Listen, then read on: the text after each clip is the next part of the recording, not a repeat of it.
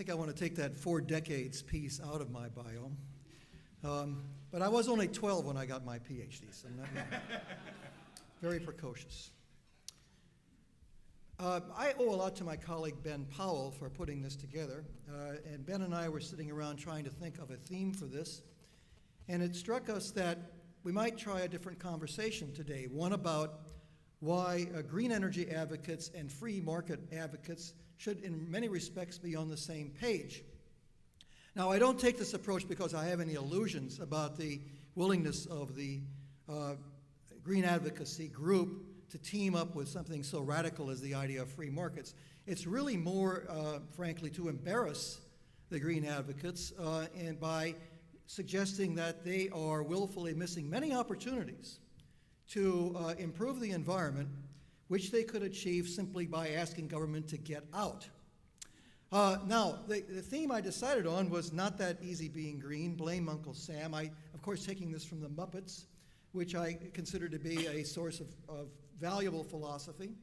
And I'll move on to pointing out, first of all, how green proposals are, for the most part, hugely fraudulent and certainly also hugely costly. Waxman Markey, my shop computed, was going to have a net cost of about $3.4 trillion, if in fact accepted. And that's taking into account the benefits to the climate that Waxman Markey would bring, which William Nordhaus at Yale acknowledges and which we acknowledge in using his model. We've done some work in my shop on the Western Climate Initiative, which we see as costing anywhere between $6 and $18 billion annually. And I can also comment on the Cape Wind project, which came up in an earlier panel, where we heard a rigorous someone rigorously advocate for wind energy. The Cape Wind project, which is going to put 130 wind turbines in Nantucket Sound, all taller than the Statue of Liberty, is going to cost about $2 billion in present value terms, and its benefits in terms of reduced fossil fuel production and health benefits come to about $1 billion, which implies a subsidy of about $1 billion to make it work, all in present value terms. The Cape Wind people, the consortium that put together, have engaged in a historically impressive exercise in bait and switch, having promised and still promising on their website that their project's going to save Massachusetts ratepayers $25 million a year, when in fact we know that it's going to cost Massachusetts ratepayers more than that. So what's the matter? Oh, and an interesting aspect of the green jobs issue, I like to define a green job as one that is performed producing stuff that nobody wants to buy. The Cape Wind advocates have sold it as a green jobs creator, and embarrassed only slightly by the fact that the wind turbines themselves are going to be produced in Germany by Siemens, nowhere near the United States. But to move on, these sorts of things are examples of policies that are ruinously costly to the economy with very little environmental justification, especially in the case of windmills, which we know may or may not even improve CO2 emissions. So what about a more positive agenda? What about taking a look at the way that the U.S. government subsidizes energy across the board? And addressing the question that we frequently hear raised by the wind advocates, which is, why not subsidize wind when we subsidize everything else anyway? I heard it suggested a little while ago, well, we may as well subsidize wind because we have to have government subsidies if we're going to have innovation. I don't remember Thomas Edison or Alexander Graham Bell receiving a lot of subsidies to develop their technological improvements, and this is kind of a soft socialist argument. But what I find particularly engaging about this discussion is that the people who make the point that we subsidize everything never suggest that maybe we shouldn't subsidize anything at all. So I'm going to suggest here today that perhaps we should start by eliminating all subsidies to energy across the board, and then starting from there as a baseline for whether we want to subsidize anything at all. Now, the clever little political point we want to make here to any green advocates out there is join forces with us free market people, because we have a common cause to make, and I'll try to show how that could be true. In fact, we offer a free lunch, which is rare in economics, but here is a free lunch. We'll get rid of distortions that the government is introducing into the market system at the same time that we enjoy the economic benefits of that. We'll also reduce pollution and reduce CO2 emissions. So that's my theme. First of all, let's get rid of the subsidies to ethanol. I'll talk about that a little bit more in detail later on, and other energy sources that do more harm than good. We all know that ethanol is just a payoff to the agribusiness lobby with hardly any justification in terms of its contribution to the quality of environment. In fact, indeed, it does more harm than good. We'll get rid of subsidies to wind, especially offshore wind, which is so expensive as to be laughable, as to make it laughable that anybody would advocate for it. And then we'll get rid of subsidies that distort markets and encourage the consumption of energy, both clean energy and dirty energy. So let's start with road congestion. A market solution to road congestion seems appealing since there are so many pollutants that are emitted as a result of road congestion. I'll come back to this number later, but 250 billion tons of CO2 emissions, if you call CO2 a pollutant, which we really shouldn't. 250 billion tons of CO2 emissions per year due to congested traffic in the United States. There's a report that puts that number on. We have hours and hours of time being wasted in traffic, and we have a couple numbers up on the screen for LA and for the 14 largest urban areas, and we have more and more hours being wasted in traffic as a result of that. So what I want to know is, why don't the green advocates suggest that we do something to reduce congestion on the roads, and not that there isn't any solution? The solution, of course, is congestion pricing. And in Southern California, we have a highway where there are tolls, depending on the time of the day. Naturally, a rational policy would increase the size of the toll according to the time of the day when the road is being used. And we have privatization of the Chicago Skyway, Indiana toll roads, and a toll road in France. Privatization combined with tolls would reduce traffic congestion, would improve economic efficiency, and of course would reduce the emission of pollutants into the air, including, plus the emission of CO2 into the air.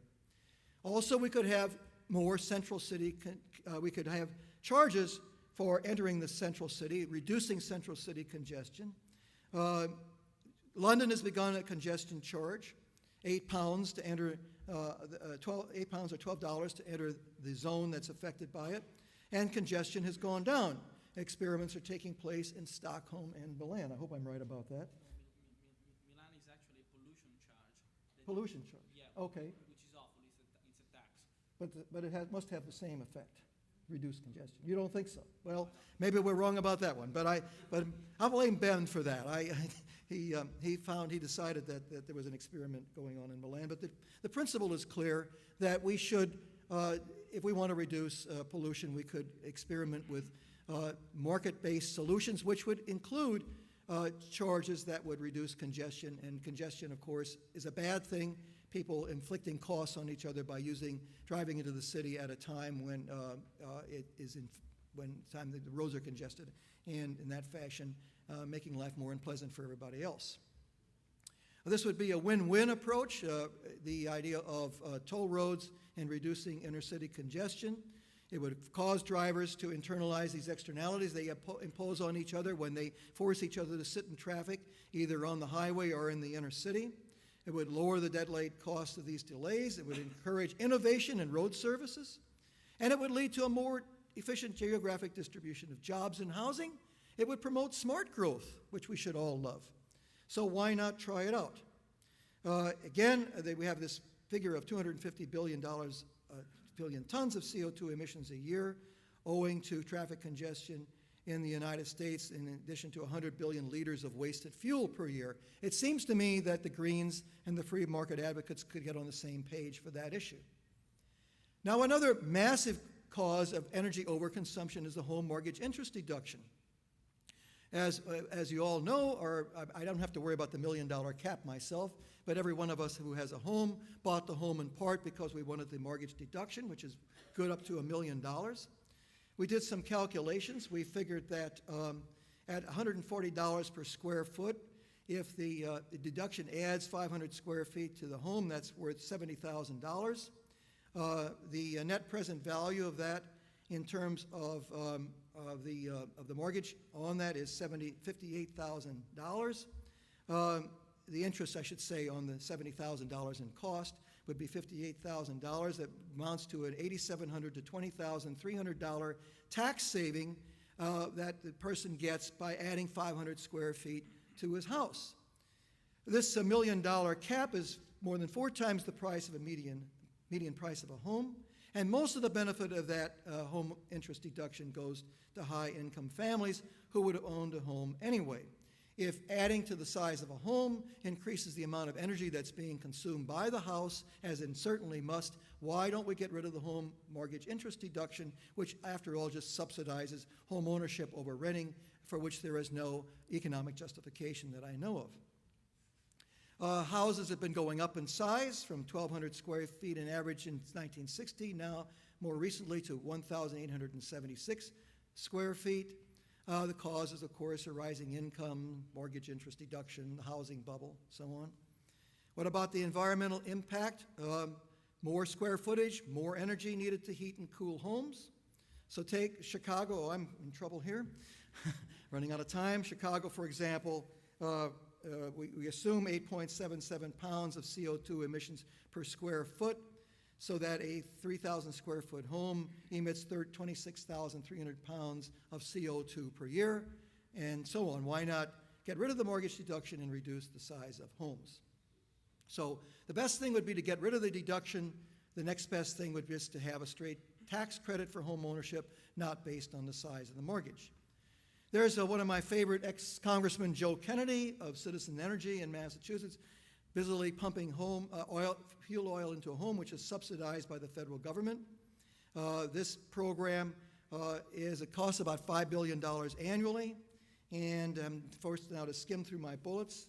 But if you assume about 80% of that goes to oil and 20% to electricity, then government through the Home Energy Assistance Program is financing the emission of about 92 million tons of CO2 per year.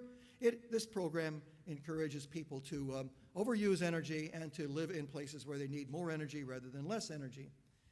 The case for nuclear power goes without saying. Why not, if the Greens are in favor of reducing CO2 emissions and pollutants, why not get behind nuclear power, which would, of course, which doesn't emit any pollution and which would be commercially viable, not requiring subsidies that have to go to renewables.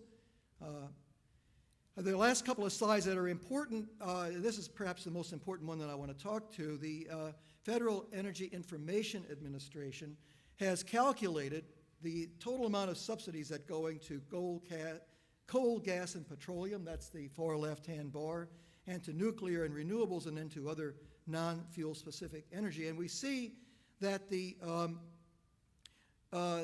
total subsidy annually going to nuclear and renewables is about $6 billion, and going to gas, coal, and petroleum about $5.5 billion. Our argument is, why not just get rid of all these subsidies? Get rid of them all. What would happen is the supply of energy would decrease.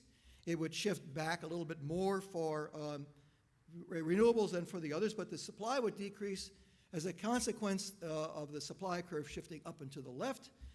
They would have a higher price of energy. That would be a good thing, right, from the point of view of the Greens, because that would reduce the amount of energy consumption, and it would be a good thing from the point of economic efficiency, since as far as I know, none of these subsidies is justifiable on economic efficiency or growth grounds. The National Academy of Sciences has also produced a study which talks about the health damage done by different forms of automobile transportation. So they've calculated the damage in cents per vehicle mile from conventional gas spark ignition autos, and you see that's the lowest of the bars there. The other bars are the health damages per vehicle mile traveled for electric cars and for wet corn and dry corn ethanol.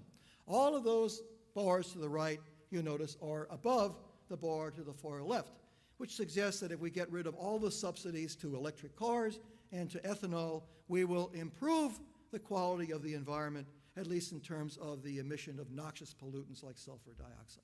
So here again we have an argument for moving toward a free market solution. Has the advantage of reducing some pollution and quite a bit of pollution, both real pollution and carbon dioxide emissions, and also of improving economic efficiency. I would challenge green advocates to join with those of us who advocate for free markets to start with this program. Start from a system in which we are charging for congestion, in which we're getting rid of inefficient subsidies, and evaluate the improvement that that will bring about in the environment, as well in the performance of the economy. And then if you want, we could have a conversation about doing more, if that seems necessary still, to subsidize green energy. Thank you very much.